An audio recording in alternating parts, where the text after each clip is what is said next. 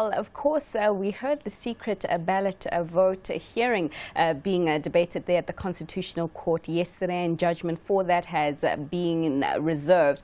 This in light of the opposition parties wanting a secret ballot in order to pursue their motion of no confidence against President Jacob Zuma.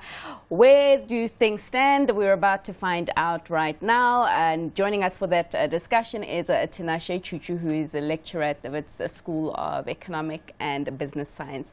Tinashe, welcome back to studio. Haven't had you here for a long time. Thank you for having me. But it was a long court hearing yesterday. In fact, I was tuning in and out because it was so long. But just your thoughts on the issues that were raised yesterday and where you see things standing right now. Okay. First of all, you'll find that Advocate Dalimpofu was saying that the UDM will have to rely on the Section 102 of the Constitution that says that the president can be removed if there is a majority that votes against him, as well as at the same time that majority has to be 200 votes plus one. So what I can say is that I don't see this happening, because if you look at the numbers, they just don't add up. When you look at DA, I think it has about 89 seats in parliament. EFF is about 25 seats in parliament. You have the IFP, which has about 10 seats. Are you saying you don't see this happen even if a secret ballot is granted? There's so much partisanship. Right now, you find the vice president is saying you should vote in party lines. You also have the other main contender for the ANC leadership, Nkosazana Zuma, who is also accusing the DA of trying to run the country into the streets and courts. So if you find something that is putting the two main contenders together, clearly people are going to vote on party lines. So if you add all these major opposition parties, you only get up to 128 or something. I don't see a 200 vote being passed. And this is the 5th time they are trying to remove the president through a vote in parliament. Okay, so you're saying that the president likely to stay. But of course, the secession debate is still there. And we've seen Cyril go out and I don't know if I should call it an official or an unofficial launch of his campaign. But Nkosazana Dlamini Zuma also speaking there, drawing potential supporters. So where do you see things standing right now in this Cyril versus Dlamini Zuma? Who do you think is likely to take that? Okay. At the moment, it's not very clear, though. But when I look at the vice president and Nkosazana Zuma, you can see that at the moment, it's a bit tricky for either of them to really take sides, because I really don't think they want people to vote on party lines. But this was a special circumstance, right?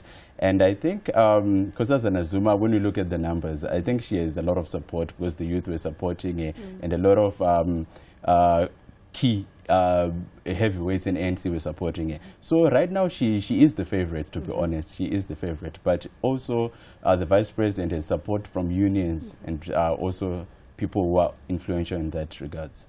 And then what do you make of the view? Some are actually coming out strongly to say if the ANC obviously continues in this manner, it will essentially lose votes completely to the opposition. But we've got an opposition now that's fighting its own battles, and I'm talking about the DA and the matter there with Helen Zilla's contentious comments surrounding colonialism in Africa, and the DA Musi Maimane not being too happy about what she's saying. So that's a fractured party. So do you think that the fractions there in the DA are limiting its opportunity to take potential or take opportunity of, or advantage, that's the word I'm looking for, are limiting its advantage to take opportunity of ANC weaknesses right now? Yes, that's true, because the thing is there is no conversation that starts by saying colonialism is positives. Like, this can be debatable, but I don't think it's a winning argument, because she was tweeting that people only talk about the negatives of colonialism,